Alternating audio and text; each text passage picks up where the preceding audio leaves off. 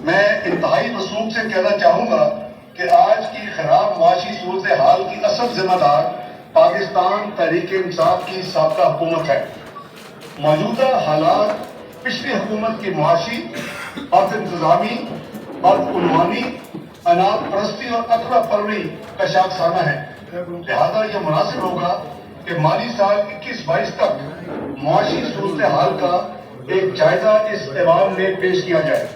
جناب اسپیکر، پچھلی حکومت کے غلط معاشی حکمت عملی کے باعث کرنٹ اکاؤنٹ خسارہ $17.5 ارب پر پہنچ گیا۔ زر مبادلہ کے ذخائر تیزی سے گر رہے تھے۔ IMF کا پروگرام کی تکمیل پاکستان کے لیے انتہائی اہم تھی، لیکن پی ٹی آئی حکومت نے اس نازک صورتحال میں حالات کو جان بوجھ کر خراب کیا۔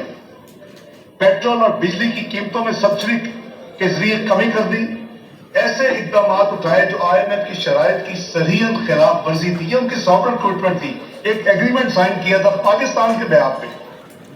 یہاں تک کہ اس ضمن میں آپ کو یاد ہوگا جناب اسپیکر کہ سابقہ حکومت کے وزیر خزانہ نے فون کر کے 2 صوبائی وزیر خزانہ پر شدید دباؤ ڈالا کہ وہ اپنا قومی فریضہ انجام نہ دیتے ہوئے IMF کے پروگرام کو سبوتار کرے۔ یہ اقدامات نئی حکومت کے لیے بارودی سرنگیں بچھانے کے مترادف تھا۔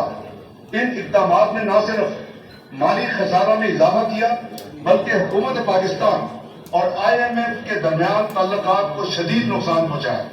اس پر ستم ظریفی یہ کہ پی ٹی آئی نے تمام حالات کی ذمہ داری نئی حکومت پر ڈالنے کی کوشش کی۔